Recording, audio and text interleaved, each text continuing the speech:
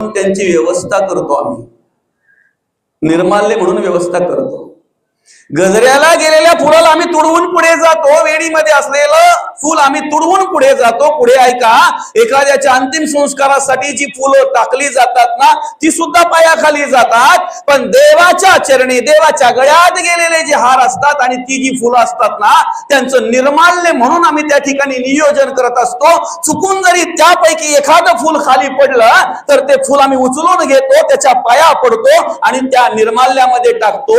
ऐका, जर देवाच्या गळ्यात, देवाच्या चरणाशी गेलेल्या फुलांची जर अशा प्रकारे आम्ही व्यवस्था करतो, त्यांना जर पुनर्जन्म नाही तर देवाचं कार्य करणाऱ्या माणसांना पुनर्जन्म असेल का? देवाचं कार्य करणाऱ्या माणसांना असं तुडवातुडवी करतील का? फक्त त्यासाठी आम्ही प्रयत्न केला पाहिजे की देवाचं कार्य करत असताना देवाचंच कार्य झालं पाहिजे। बाकीचं काही आम्हाला स्पर्श करता कामा नये। द्वेष, मत्सर, तिरस्कार, निंदा, अभिमान, अहंकार आम्हाला स्पर्श करता कामा नये। ती सहज ते विचार येतात आणि माणसाच्या मनाला स्पर्श करून जातात, कळतही नाही माऊली, कळतही नाही कसे येतात आणि कसे स्पर्श करून जातात, कळतही नाही। आणि म्हणून आम्हाला जर अखंड देव कार्य, धर्म कार्य जर करायचं आहे तर त्यासाठी आम्ही संतांची संगत केली पाहिजे, संतांची संगत। बरं का, आपण एक परिसाची उपमा दिली या ठिकाणी की लोखंड जर परिसाला किंवा परिसाशी जर संपर्क आला लोखंडाचं तर त्याचं काय होतंय बरं, सोनं होतंय। पण संतांचं स्तवन करत असताना परिसाची ही उपमा आपण संतांना देऊ शकत नाही। बरं का, संतांचं स्तवन करत असताना, संतांबद्दल बोलत असताना परिसाची उपमा आपण संतांना देऊ शकत नाही। कारण सांगतो तुम्हाला, लोखंडाला जर परिसाचा स्पर्श झाला तर सोनं होतंय, म्हणजे लोखंडही नाही आणि परसही नाही, तिसरंच काहीतरी होतंय। बरोबर आहे ना, लोखंडही नाही आणि परिसही नाही, तिसरंच काहीतरी होतंय, काही सोनं होतंय। पण इकडे संत संग जर आम्हाला झाला ना तर संत आमच्यामध्ये दुरावा ठेवत नाही, वेगळं पण ठेवत नाही, तदाकार वृत्ती निर्माण होते। संतांच्या संगतीला राहता राहता आम्ही कधी संत होतो हे आम्हालाही कळत नाही, वेगळं पण उरत नाही, वेगळं पण राहत नाही। म्हणून परिसाची ही उपमा आम्हाला संतांना देता येत नाही। संतांच्याच संगतीला आम्ही का राहावं? का आम्ही संत संगच केला पाहिजे? आपण नेहमी श्रवण करत असतो, ऐकत असतो, स्वर्गीचे अमर इच्छिता की देवा मृत्यूलोकी व्हावा जन्म आम्हा।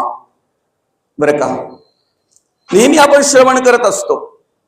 आता तसं जर पाहायला गेलं तर मृत्यूलोकामध्ये कार्य करणारा प्रत्येक माणूस कशाची अपेक्षा करतो बरं?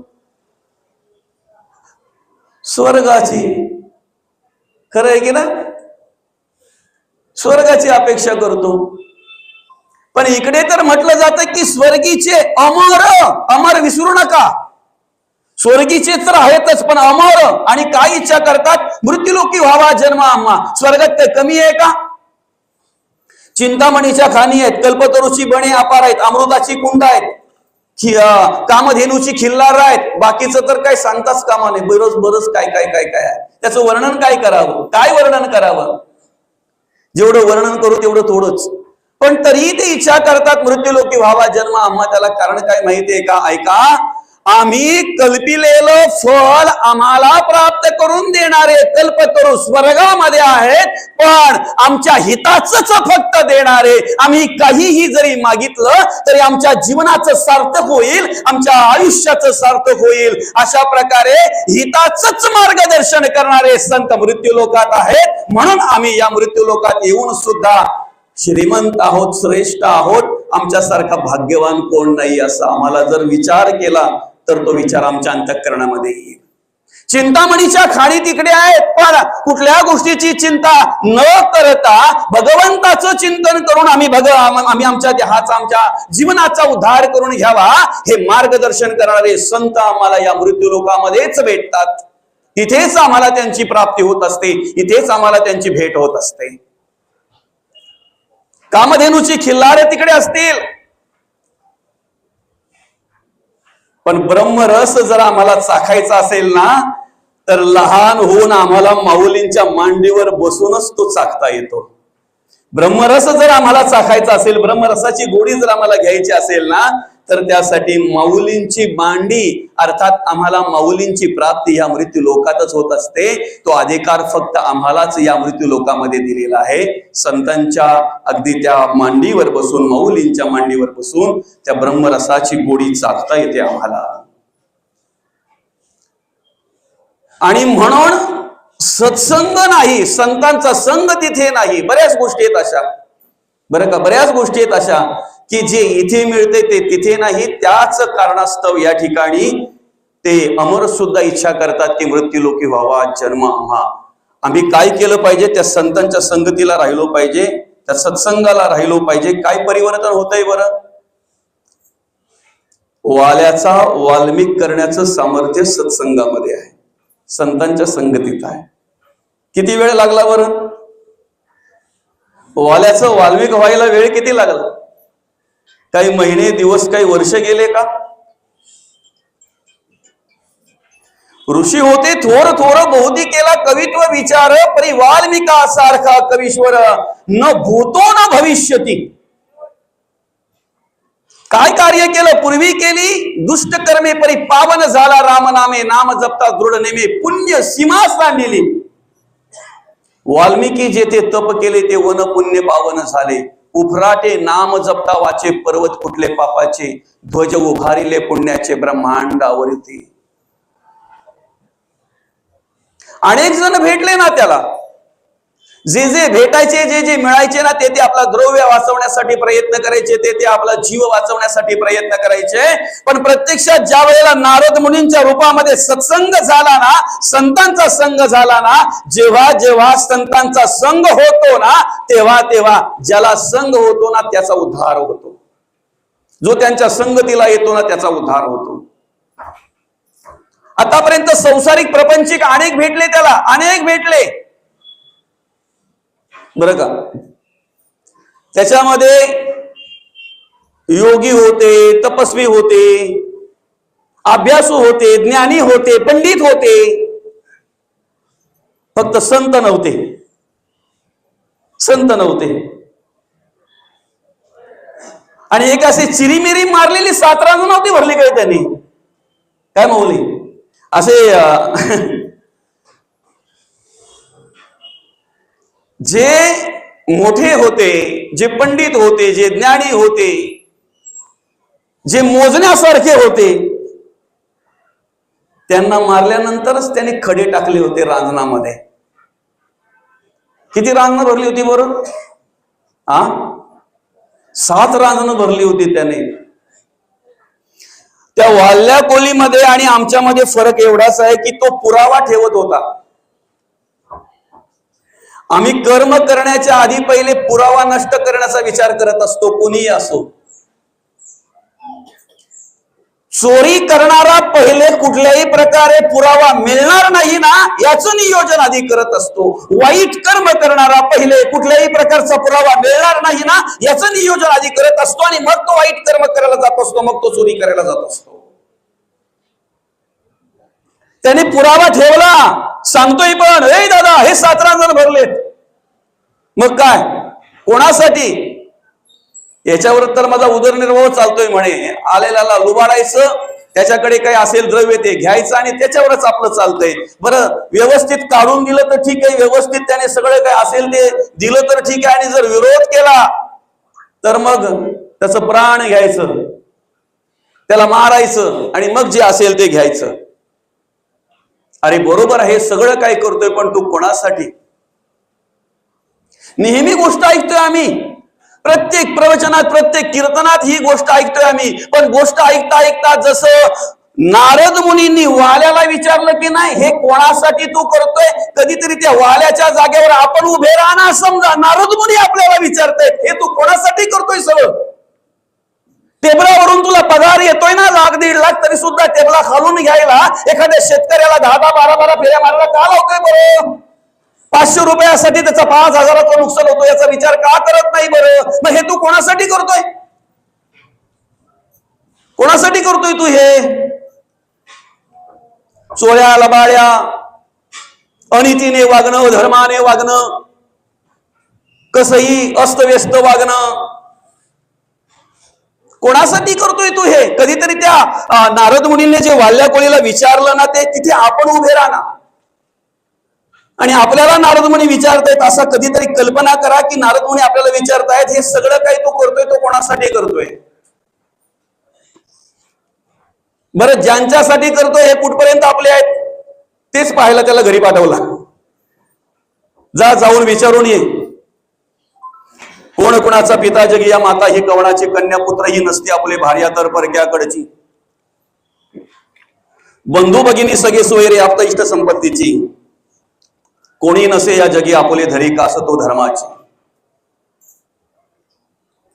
म्हणून तर म्हटले, नाही कुणाचे कोणी तुझे नव्हे रे, कोणी अंतीच असेल एकला रे प्राण्या माझे माझे म्हणून. बंधू कुणाची बहीण कुणाचे कोण कुणाचे सगळे सोयरे, मेल्या पाठी सर्वच राहील तुटतील धागे दोरे, प्राण्या मायेचा बाजार.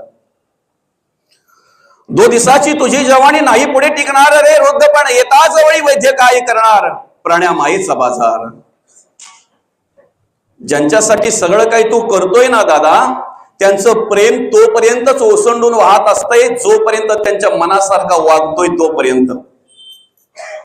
त्यांच्या गरजा, त्यांच्या अशा अपेक्षा जोपर्यंत आपल्याकडून पूर्ण होत असतात तोपर्यंत त्यांचं प्रेम वाहत असतंय, ओसंडून वाहत असतंय दादा. पण एकदा का एखाद्याच्या मनाविरुद्ध झाला ना,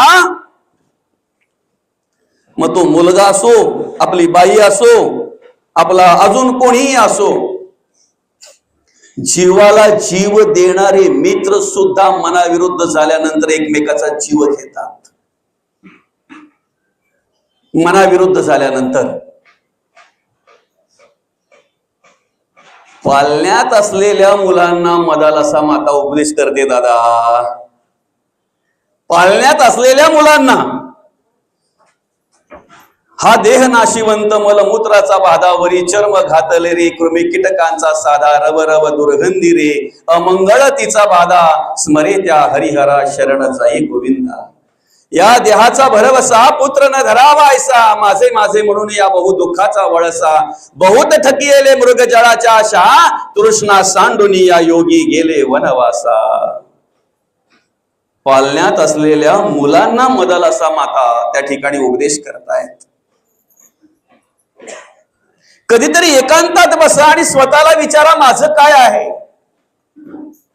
मी सकाळपासून संध्याकाळपर्यंत धावपळ करतोय, धडपड करतोय, धावतोय धावतोय, पळतोय पळतोय किती. कधीतरी माणसाला असं वाटतंय माऊली का सूर्य आज जरा लेट मावळला असता बरा झाला असता, थोडं काम राहिलं तेवढं झालं असतं. एवढा गुंतलेला असतो तो, एवढा एकरूप झालेला असतो तो, एवढा रममाण झालेला असतो त्या ठिकाणी संसार प्रपंचासाठी. पण विचार करावा ना, मी सकाळपासून संध्याकाळपर्यंत जी जी काही धावपळ करतो, माझ्यासाठी काय केलंय? माझ्यासाठी काय केलंय? अरे करता कमवता झाल्यापासून जो माणूस धावपळ करतोय ना, जो माणूस धडपड करतोय ना, तो सगळं शरीर थकल्यानंतर, हातपाय थकल्यानंतर आता कुठल्याही प्रकारे शरीर स्वतःच साथ देत नाही ना, त्यावेळेला एखाद्या कोपऱ्यात बसून मग विचार करतोय, वृद्धापकाळामध्ये मी सगळ्यांसाठी जगलो रे, मी माझ्या मुलांसाठी, बाईसाठी, माझ्या सगळ्या कुटुंबासाठी, माझ्या समाजासाठी मी जगलो, पण माझ्या स्वतःसाठी मात्र जगायचं राहूनच केलं. मी सगळ्यांसाठी सगळं काही केलं, पण माझ्या स्वतःसाठी मात्र काहीही मी केलं नाही. आणि ते करता यावं म्हणून हे प्रवचन आहे. स्वतःसाठी जगता यावं, स्वतःसाठी काहीतरी करता यावं आणि ते आम्हाला कळावं, ते मार्गदर्शन आम्हाला मिळावं म्हणून हे प्रवचन आहे दादा, म्हणून हे प्रवचन आहे. तात्काळ बदल झाला, पण कधी जेव्हा तो जाऊन त्याने विचारलं ना, याला वाटेकरी आहेत का? नाही उत्तर आलं सगळ्यांचं. आपण म्हणतो ना, आता त्याचं डोळं उघडलं. आतापर्यंत त्याचे डोळे मिटलेलेच होते आणि मिटलेल्या डोळ्यामध्ये तो कार्य करत होता. आता त्याचे डोळे उघडले, आता त्याचे डोळे उघडले. आणि एकदा समजलं ना त्याला, आल्यानंतर डायरेक्ट साष्टांग नमस्कार घातला नारद मुनींना आणि पहिलाच शब्द त्याने टाकला, काहीच नाही आता मला बाकी काही माहिती नाही, आता फक्त माझ्या उद्धाराचा मार्ग सांगा. ऐका, जेव्हा जेव्हा आम्हाला सत्संग होतोय ना, संतांचं चरण प्राप्त होतात ना, संतांचा संघ आम्हाला लाभतोय ना, तेव्हा तेव्हा आम्हाला त्यांच्याकडे प्रार्थना करता आली पाहिजे. काहीही मागता कामा नाही. जर मागायचंच असेल संतांकडे, संतांना जर नम्र प्रार्थनाच करायची असेल तर ही प्रार्थना करा, आता आमच्या उद्धाराचा मार्ग सांगा, आमच्या उद्धाराचा मार्ग सांगा. आणि मग त्याला सांगितलेले, दादा तुझा उद्धार जर करून घ्यायचा असेल ना, तर एकमेव साधन आहे, सर्वात सोपं आणि सर्वात साधं साधन आहे बरं का. तुकोबा त्याचं वर्णन करतायत, नाम घेता न लगे मोल, नाम मंत्र नाही खोल, दोची अक्षरांचे काम. कुठलं दोन अक्षर बरं ते? उच्चारावे राम राम. मला म्हणे राम म्हणता येत नाही, मला पटकन म्हणता येतात. उफराटे नाम जपता वाचे, पर्वत फुटले पापाचे. मरा म्हणता म्हणता राम कधी झालं पत्ताही लागलं नाही. फक्त प्रयत्न केला पाहिजे, प्रयत्न केला पाहिजे. आणि म्हणून सत्संग झाल्यानंतर तात्काळ त्याच्यामध्ये बदल झाला. किती बदल झाला? आधी कथा केली आणि मग भगवंताला त्याप्रमाणे कार्य करावं लागलं. म्हणून म्हटलेलं आहे, कवी होते थोर थोरो बहुते केला कवित्व विचार, परी वाल्मिकासारखा कवीश्वरा न भूतो न भविष्यती. याच्या आधी झालाही नाही आणि होणारही नाही अशी काव्य रचना करणारा तो अधिकार त्याला प्राप्त करून दिला. फक्त आम्ही कोणाच्या जोडीला बसतोय ना, हे महत्वाचं आहे बरं का. व्यसनाधीन झालेल्या माणसाने एखाद्या महाराजाच्या जोडीला बसावं. ऐकताय ना? व्यसनाधीन झालेल्या माणसाने एखाद्या सत्पुरुषाच्या जोडीला बसावं. पण व्यसनाधीनाच्या जोडीला बसायची आवड महाराजाला नसावी. ज्या जागेवर आम्ही बसतो ना, त्या जागेचे विचार आमच्या अंतःकरणामध्ये प्रवेश करत असतात. ज्याच्या जोडीला आम्ही बसतोय ना, त्याचे विचार आमच्या मनामध्ये प्रवेश करत असतात. आम्हाला व्यसनाधीन करणारे, आम्हाला नको त्या नादाला लावणारे, आमचं जीवन बर्बाद करणारे, आमचं आयुष्य बर्बाद करणारे अनेक मित्र जवळ करण्यापेक्षा कमी मित्र ठेव दादा, बोटावर मोजता येतील एवढेच पंजे आम्हाला जगद्गुरु तुकोबा आणि माऊली ज्ञानोबा शिकवतील असे मित्र आम्हाला आमच्या जोडीला पाहिजेत. जीवन बर्बाद करणारे अनेक भेटतील ना, आयुष्य बर्बाद करणारे अनेक भेटतील ना, पण आमच्या जीवनाचा उद्धार जर करून घ्यायचा असेल तर भले मोजके, पण मित्र असा असावा त्याच्या संगतीला गेल्यानंतर आम्हाला संतांचं स्मरण झालं पाहिजे, देव कार्य ऐकायला मिळालं पाहिजे, देवाचं स्मरण झालं पाहिजे. राजहंस एकटाच फिरत होता, पण फिरता फिरता त्याचं लक्ष गेलं, अरे हे कावळे थव्याने फिरतायत, हे बगडे थव्याने फिरतायत, ह्या चिमण्या थव्याने फिरतायत, हे पारवे थव्याने फिरतायत. ग्रुप आहे त्यांचा. आणि त्याला असं फिरता फिरता वाटलं की आपला पण ग्रुप असावा, आपण ही ग्रुप मध्ये असावं. ग्रुप मध्ये असावं, पण कुठल्या ग्रुपमध्ये असावं ते हे कळलं पाहिजे. आज आमची पोरं उद्ध्वस्त होत आहेत, बर्बाद होत आहेत, तरुण पोरं. एक प्रकरण जर कुठलं घडलं ना, एक प्रकरण तुम्हाला आता ताजं उदाहरण मी इथले इथे बसले बसले देतो. एक प्रकरण घडलं ना, 30 ते 35 कुटुंब उद्ध्वस्त होतात, बर्बाद होतात. ऐकताय ना? एखाद्या प्रकरणामध्ये जर 30-35 कुटुंब, 30-35 तरुण जर आमचे बर्बाद होत असतील तर आमची बुद्धी तिथे काय कार्य करते बरं, हा विचार करायला पाहिजे ना. आम्ही कुठे असावा हा विचार आम्हाला नको का? नको विचार आम्हाला आमच्या अंतःकरणामध्ये? कुठल्याच बापाला असं वाटत नाही की माझ्या मुलाने व्यसनाधीन व्हावं, माझ्या मुलाने माझ्या घराचं स्मशान करावं आणि माझ्या मुलाने असं वागावं की समाजात वावरताना मला खाली मान घालायला जगायला लागावं, असं कुठल्याच बापाला वाटत नाही. प्रत्येक बापाला असं वाटत असतंय आणि प्रत्येक बाप त्यासाठीच प्रयत्न करत असतोय, माझ्या मुलाने असं जगावं वागावं की समाजामध्ये 4 चौघात फिरत असताना, वागत असताना मी छाती ठोकून सांगितलं पाहिजे, तो मुलगा माझा आहे, ती मुलगी माझी आहे. प्रत्येक आई वडिलांना असं वाटत असतंय. आणि त्यासाठी प्रामाणिकपणे प्रयत्न सुद्धा करत असतात. पण काय होतंय, आम्ही संगतीमध्ये फसलो जातोय, संगतीमध्ये फसलो जातोय, आम्ही संगतीमुळे बिघडलो जातोय. अरे तरणी ताठ पूर्ण ज्या वेळेला आमचे वडील पाहत असतात ना घरामध्ये, त्यावेळेला त्यांच्याकडे बघितल्यानंतर ते एक कल्पना करत असतात, आता माझा मुलगा 25-30 वर्षाचा झालाय, आता कुठेतरी कामाला जाईल, 4 पैसे कमवून आणील, 4 पैसे त्याने कमवल्यानंतर माझी धावपळ कमी होईल, मी आयुष्यभर कष्ट केले, कबाड कष्ट केले, मेहनत केली, माझ्या पायाला भेगा पडले, हाताला साल राहिली नाही, चामडी राहिली नाही, माझ्या काम करता करता देह थकला गेला माझा. आता माझा तरणताट पोरगा ज्या वेळेला कामाला जाईल ना, त्या वेळेला मात्र माझ्या सगळ्या प्रकारच्या आशा अपेक्षा पूर्ण होतील, मी स्थिर होईन, मला विश्रांती मिळेल. आणि अशाच वेळेला जर तो मुलगा कुठल्या तरी एखाद्या लफड्यात सापडत असेल तर कमी पश्चाताप होत असेल त्या बापाला, कमी पश्चाताप होत असेल. आणि हे का सांगावं लागतंय माहितीये का, हे आमचेच बाबा, दुसरे नाही बरं का, इतर समाजातले नाहीत दादा, बहुजन समाजातलीच मुलं या ठिकाणी भरडली जातात. आणि आमचा बहुजन समाजच त्या ठिकाणी बर्बाद होताना आम्हाला पाहायला मिळतोय, उद्ध्वस्त होताना पाहायला मिळतोय आम्हाला. तरी आम्ही काय घेऊन बसलोय बघा, कसला विचार करतोय आम्ही, बरं का.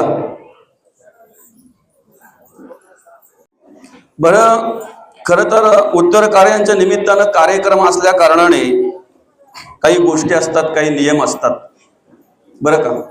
पण त्यांना पण थोडस आम्हाला क्रॉस करून पुढे जावं लागतंय, नाईलाजाने, बरं का बाबा. का तर सांगतो तुम्हाला का, कारण ज्या वेळेला माऊली हरिनाम सोहळ्याच्या निमित्तानं आपल्याला प्रवचन असतात, तुम्हाला पण अनुभव आहे, मलाही अनुभव आहे.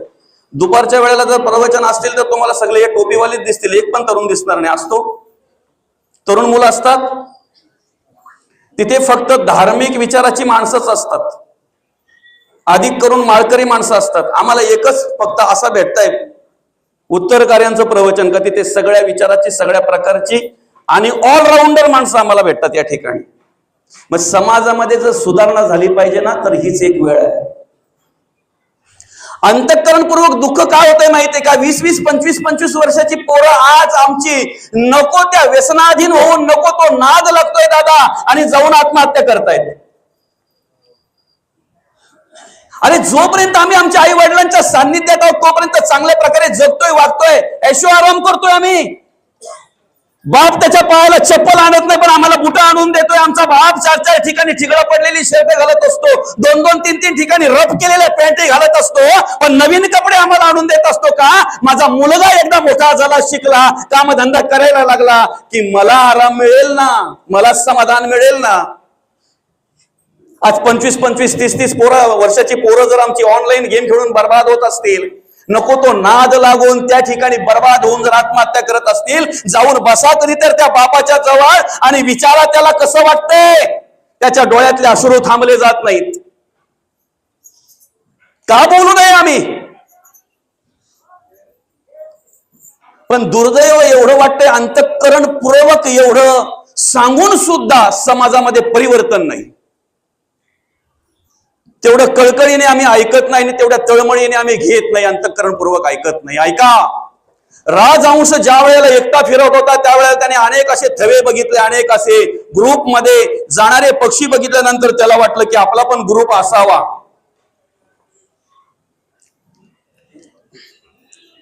आणि मग काय होतंय माहितीये का माऊली, एखाद्या ग्रुप मधला जर सापडला एखाद्या प्रकरणात, तर पहिले त्या सगळ्या ग्रुपमध्ये जे असतात ना, या ठिकाणी माझे पोलीस बांधव काय असतील त्यांना पण माहिती आहे, आणि सामाजिक कार्य करणारे जे राजकीय क्षेत्रामध्ये कार्य करणारे त्यांनाही माहिती आहे की मग त्यावेळेला कसला विचार केला जातो किंवा कोणाकोणाला, मग कोण कोण जो कशातच नाही ना, मग त्यावेळेला लोक बोलतात पण नाही रे आमचा तसा नव्हता, पण शाना सांगती काय किडा रंगसला असो. आणि मग त्याने ठरवलं त्या राजहंशाने की चला आपल्याला पण कोणतरी संगत असावी, कोणाची तरी आपल्याला ही असं कार्य करता यावं. म्हणून मग त्याने काय केलं माहितीये का, नाहीच ग्रुप तर मग एक डोमकावल्याशी संगत केली त्याने. आणि लागला फिरायला त्या डोमकावल्याच्या बरोबर बरोबर फिरायला लागला. बरं का, फिरायला लागल्यानंतर मग काय झालं, एका हिरव्यागार पानाच्या झाडांवर जाऊन ते बसले त्या झाडावर, आणि त्याच हिरव्यागार पानांनी भरलेल्या झाडाच्या सावलीला एक पारधी फिरून फिरून दमलेला त्या ठिकाणी निवांत झोपला होता. बरं का, निवांत झोपला होता. आता ज्या फांदीवर डोमकावला बसला त्याच फांदीवर राजहंस बसला, ज्या फांदीवर राजहंस बसला त्याच फांदीवर डोमकावला बसला. आणि तिथे बसल्यानंतर राजहंसाच्या मनामध्ये आलं की आपण असा तरी बसलोय ना. मग एक सूर्यकिरण त्या पानांच्या फटीतून येऊन आणि त्या झोपलेल्या माणसाच्या तोंडावर पडलेला आहे. जर राजहंसाने ठरवलं की आपण पंख पसरून बसलो तर तो सूर्याचा किरण कमीत कमी त्याच्या तोंडावर पडायचा थांबेल, त्याला अजून निवांत झोप लागेल. चांगला विचार आहे ना.